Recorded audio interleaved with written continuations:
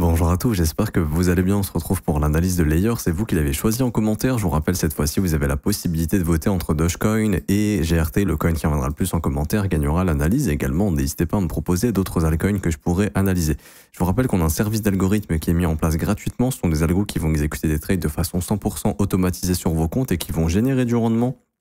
Il y a 2 semaines, on avait encore fait 4,89 R sur les algorithmes SPT. On vous donnera les résultats de la semaine passée, aujourd'hui ou demain, le temps de les calculer. Et également, l'algorithme SPT, LIM, lui, avait fait ici 24 TP. Donc, on est vraiment sur des stratégies qui sont intéressantes. On vous les met à disposition gratuitement. Vous conservez 100% des gains. Pour les obtenir, c'est le premier lien en commentaire épinglé. Tous les liens utiles concernant mon contenu. Ça vous ramène sur cette page. Il faut juste s'inscrire sur BitGet via notre lien partenaire en cliquant sur ce premier lien juste ici. Vous créez votre compte sur la plateforme, validez votre KYC. Ensuite, vous avez juste à cliquer sur Obtiens nos algos trading 100% gratuitement.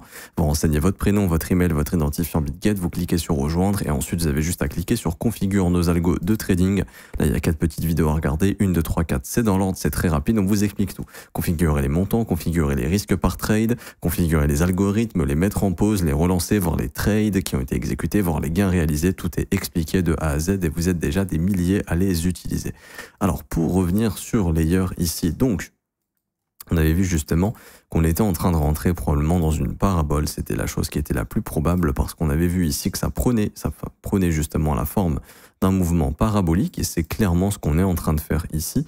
On avait vu le schéma, alors parabolique, curve, schéma, juste ici. Alors je vais aller sur le navigateur de Google directement parce que celui de Brave il est pas top. Hop, trading. Et voilà. Donc on est justement dans cette phase-là, c'est-à-dire qu'on est dans la phase d'accélération. Alors c'est la phase dans laquelle il y a de l'argent à gagner, mais c'est aussi la phase la plus risquée dans laquelle investir. Donc il faut savoir sortir vite quand la parabole va sauter. Parce que là on voit justement qu'on est en train d'accélérer le mouvement. Pour moi on a eu la base 1, juste ici. On a eu le breakout, la phase 2, le breakout, la phase 3, le breakout, la base 4, et ensuite l'accélération ici, actuellement. Alors, c'est un schéma qui est grossier, hein. La phase peut clairement être plus haussière, mais là, on rentre dans cette phase, éventuellement, de parabolic curve. Après, ça se trouve, en weekly, on n'est pas encore au top. C'est-à-dire que, par exemple, on pourrait être dans une première phase, base 1, ça, base 2, etc., etc. Bon, je pense pas qu'on soit dans ça, je pense plus qu'on est en daily, au niveau du schéma, personnellement. Et du coup, on est en train de rentrer dans cette phase parabolique ici. Alors, moi, il y a un truc tout le temps que j'observe, c'est les VWAP. Et enfin, pas tout le temps, mais c'est une bonne indication pour savoir quand est-ce qu'il y a un maximum de gens qui vont être coincés. En fait, c'est quand il y a un maximum de gens qui ont investi, qui sont coincés en haut, souvent que le marché se retourne et fait souffrir ces gens-là. Tant qu'on ne voit pas de dip significatif, c'est positif. Comme vous le voyez sur les altcoins, ici, tant qu'on n'a pas de dip significatif, en fait, les gens ne rentrent pas généralement et on les force à FOMO plus haut. Par exemple, ici, là, vous voyez, les dips sont très minimes. Ok, là, on a très peu de dips également. On voit qu'on est venu chercher le précédent fair value gap et que ça nous a déjà emmené sur un push, donc un mouvement haussier supplémentaire. Pour moi, tant que le marché ne commence pas à casser ses fair value gap haussiers, son momentum de parabole est maintenu et on peut clairement aller plus haut. Si on commence à voir ce fair value gap sauter ici, par exemple, comme ça, là, ça pourrait commencer à annoncer la fin de ce mouvement éventuellement. Il y a un truc aussi que je vais observer, c'est la VWAP de la dernière impulsion haussière. Pour moi, ici, tant qu'on est au-dessus de ce niveau, pareil, il n'y a quasiment aucun acheteur qui est coincé. Enfin, je veux dire, c'est impossible d'être en perte sur Layer, à part si tu as investi le 30 avril. Mais si tu n'as pas investi le 30 avril, tu ne peux pas être en perte. Donc, on ne peut pas avoir des vendeurs compulsifs, parce qu'en fait, ce qu'il faut comprendre, c'est que les gens, généralement, sont pas conditionnés à vendre sur la montée. Ils sont conditionnés dans un marché haussier à vendre en panique quand ça baisse. Et ensuite, c'est ce qui fait que le marché va plus haut, par exemple. Mais les gens sont pas conditionnés à prendre leur profit sur des tops. Alors que le truc le plus con à faire, c'est juste de mettre plein de sell limite. Voilà. Plus ça monte, plus vous vendez. Je parle pas de vendre la moitié de votre bague à chaque fois. Mais par exemple, j'ai 3000 layers, imaginons.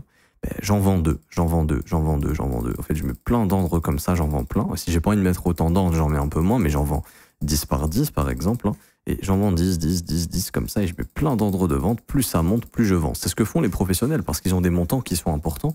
Vous vous doutez bien que eux, ils mettent pas un seul sell limite. Imaginons que tu as 20 millions de layers, tu vas pas mettre un ordre de 20 millions à la vente ici, et tu vas bloquer le prix, en fait. Ce qu'il faut comprendre, c'est que ça va faire des murs dans l'order book importants, et que les gens vont essayer de vendre avant toi, et du coup, tu vas te faire prendre de court. Par contre, si tu es là, toi, tu viens, tu as 20 millions à vendre, mais tu mets des ordres de $3 000, 3 000, 3 000, 3 000, 3 000, 3 000, 3 000, en fait, ça se voit pas trop, et c'est ce qui fait que tu vends des quantités astronomiques tranquillement sur la montée des prix. Et c'est ce que font les professionnels, et c'est ce que vous pouvez faire aussi, même si vous avez un petit capital, comme ça vous force en fait à réduire votre risque sur la montée. Parce que je l'ai déjà expliqué plein de fois, mais quand on investit, l'objectif c'est de réduire son risque le plus possible. Donc ça c'est le temps, ça c'est votre risque. Vous lancez votre trade, votre risque il est là.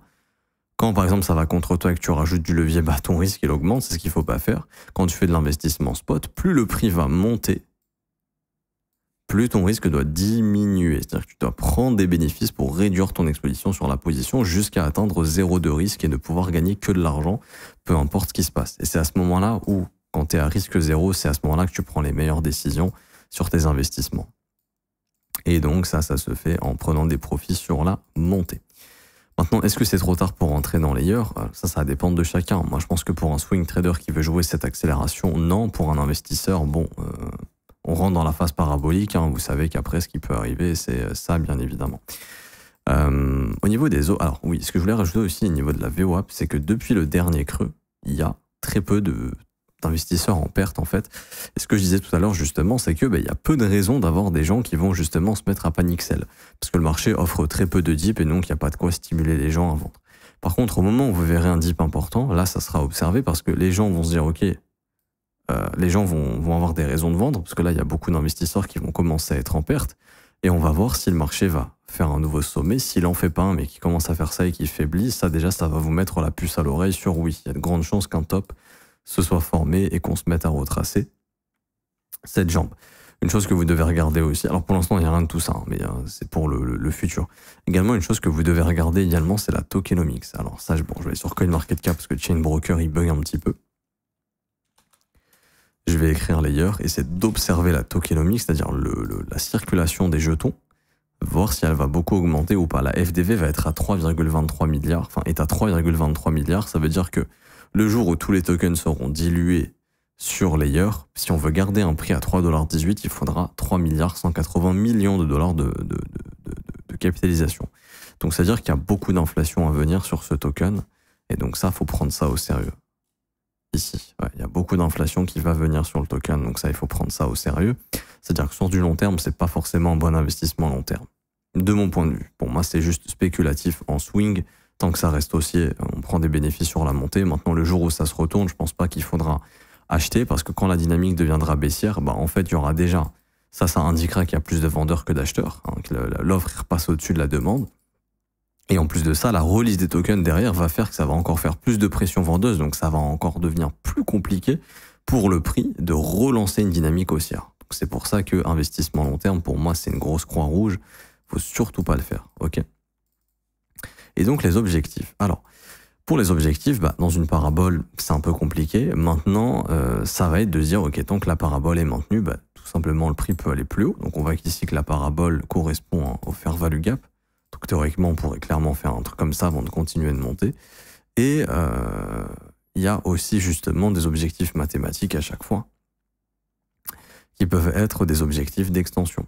C'est-à-dire que, par exemple, je peux calculer des extensions AB égale CD. Je vais prendre le dernier mouvement, et je vais prendre l'amplitude de ce mouvement au dernier dip, et donc là, ça va me donner un objectif à 4,29 $ par exemple. Donc pour moi, tant que le prix maintient son momentum, voir un layer à 4,29 $, c'est pas déconnant. Ça veut pas dire qu'on va y aller, mais en tout cas, c'est un objectif de continuation pour ces prochains jours, éventuellement. Est-ce qu'on a d'autres objectifs? Éventuellement, oui. Comme par exemple, la dernière structure haussière qui s'est formée, mais je pense qu'on a déjà atteint les objectifs ici. Non, 3,14. Également ici, 4,19. 4,76, il y a aussi d'autres objectifs mathématiques. Donc pour le moment, je dirais que pour moi, tant que ce fair value gap est maintenu, tant que le prix ne s'installe pas sous les 2,74 $, à mon humble avis, il y a de la continuation potentielle pour essayer d'aller chercher plus haut. Bien évidemment, si on perd ça et qu'on forme un M-top, bon bah là, c'est pas du tout le genre de dynamique qu'on veut voir. Il y aura des retracements plus profonds à ce moment-là, voire carrément à la fin du mouvement. Ça, c'est ce qu'il faudra observer. Également, tant que la VWAP du dernier creux n'est pas cassée, ça aussi c'est positif. La VWAP va monter ici. Si on pète la VWAP, ça pareil, ce sera pas positif. Hein. Ça va commencer à être annonciateur éventuellement d'un top. Et du coup, bah, cette parabole serait terminée ici. Et assez rapidement, vous allez voir des retracements en premier arrêt, donc 38,2. Ici, à peu près autour des 2,30. Et puis, si le premier arrêt saute, bah, à ce moment-là, ça peut venir en zone de rechargement, dans ces fair value gap autour des 1,50, 1,73, etc., etc. Mais ça, encore une fois, c'est si la parabole est cassée. Pour l'instant, c'est clairement pas le cas. Donc, j'ai envie de vous dire, investissement, je dirais non. Quand je parle d'investissement, ça veut dire vraiment, je me positionne long terme. À mon avis, non. Par contre, swing trading sur des entrées intéressantes dans les fair value gap daily pour de la continuation haussière, potentiellement oui, si ça correspond à votre trading et vous pouvez trouver des risques et récompenses qui sont intéressants pour jouer de la continuation.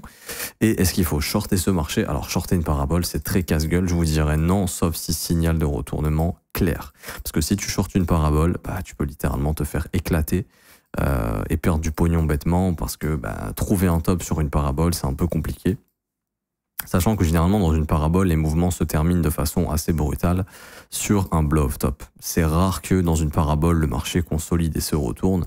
C'est souvent, alors par exemple je vous montre, il y en a une qui a éclaté de parabole / bulle récemment, celle de Novo Nordisk. Et en fait, si vous regardez, c'est rare d'avoir une consolidation en reversal. Il y a souvent un mouvement brutal et ensuite une baisse brutale. Et là, c'est pas ce qu'on a actuellement sur Layer.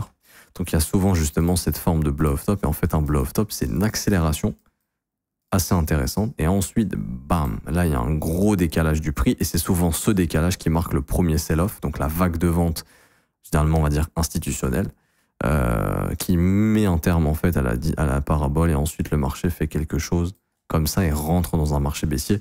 De ce que je vois ici, personnellement, je ne vois pas des conditions de blow-off top pour le moment. Donc je m'arrête ici pour aujourd'hui, j'espère que ça vous aura plu. Si c'est le cas, n'hésitez pas à laisser un petit pouce bleu, vous abonner si ce n'est pas déjà fait, mettre un petit commentaire. Merci à ceux qui jouent le jeu. Je vous rappelle, je vous offre un mentorship de 22 cours vidéo, c'est le premier lien en commentaire épinglé. Ça va vous permettre de vous former de A à Z à la lecture du prix et à la prise de décision, à des concepts très puissants de trading qui vont vous permettre de trader tout simplement et de prendre les bonnes décisions, que ce soit sur de l'investissement, du swing ou même de l'intraday, c'est-à-dire du trading journalier. Si vous ne vous formez pas, ça va vous coûter cher. Ce mentorship est gratuit, n'hésitez pas à en profiter. Premier lien en commentaire épinglé, comme d'habitude, ça vous ramène sur cette page tous les liens utiles concernant mon contenu. Il faut juste s'inscrire sur BitGet via notre lien partenaire, vous créez votre compte sur la plateforme, validez votre KYC, vous faites un trade d'une valeur de 100 USDT et une fois que ça c'est fait, vous êtes éligible au mentorship. Pour le récupérer, c'est très simple, c'est ce lien, la meilleure formation de trading crypto. Vous cliquez dessus, vous cliquez sur obtenir gratuitement, vous renseignez votre email, votre identifiant BitGet, vous cliquez sur recevoir gratuitement et dans un délai de 24 heures, le mentorship vous sera envoyé par mail suivi d'une autre formation ici qui va vous former sur la plateforme BitGet, mais aussi à la gestion du risque, aux stratégies d'investissement fiables et celles à éviter, et également un plan d'action pour les altcoins. Tout ça, c'est gratuit. Pour ceux qui veulent rejoindre mon accompagnement et mon groupe privé, mon école de trading, c'est le seul abonnement payant que je propose, c'est à partir de 49 € par mois, c'est sans engagement. Vous avez des offres 3, 6 et 12 mois qui sont moins chères. Déjà, quand vous rejoignez l'école, vous avez accès à la formation de l'école, qui est la formation la plus complète. 19 heures de cours vidéo, 8 modules qui vous forment de A à Z, plus des exercices. Derrière, vous avez aussi un accès au groupe privé sur le Discord pour poser toutes vos questions au professeur et à moi-même et à mon équipe. On est là pour vous aider. Et en plus de ça, tous les jours, personnellement, du lundi au vendredi à partir de 9 h heure de Paris, j'analyse personnellement les marchés, je réponds à vos questions, j'analyse vos coins, on trouve des opportunités ensemble et je vous parle de mon exposition personnelle sur le marché et ce que je compte faire. Encore une fois, c'est l'accompagnement le plus complet qu'on peut faire. Si je devais donner un prix à cet accompagnement, ce serait plus de 5 000 €. On vous met un prix dérisoire accessible à tout le monde à partir de 49 € par mois. C'est sans engagement. Vous avez également un petit peu plus de descriptif sur la page de l'école, hein, si vous voulez plus d'informations. Vous avez également les témoignages des membres si vous voulez nous rejoindre et que vous voulez vous faire une petite idée avant. Dans tous les cas, vous serez les bienvenus. Personnellement, je m'arrête ici. On se retrouve très bientôt. Ciao, ciao.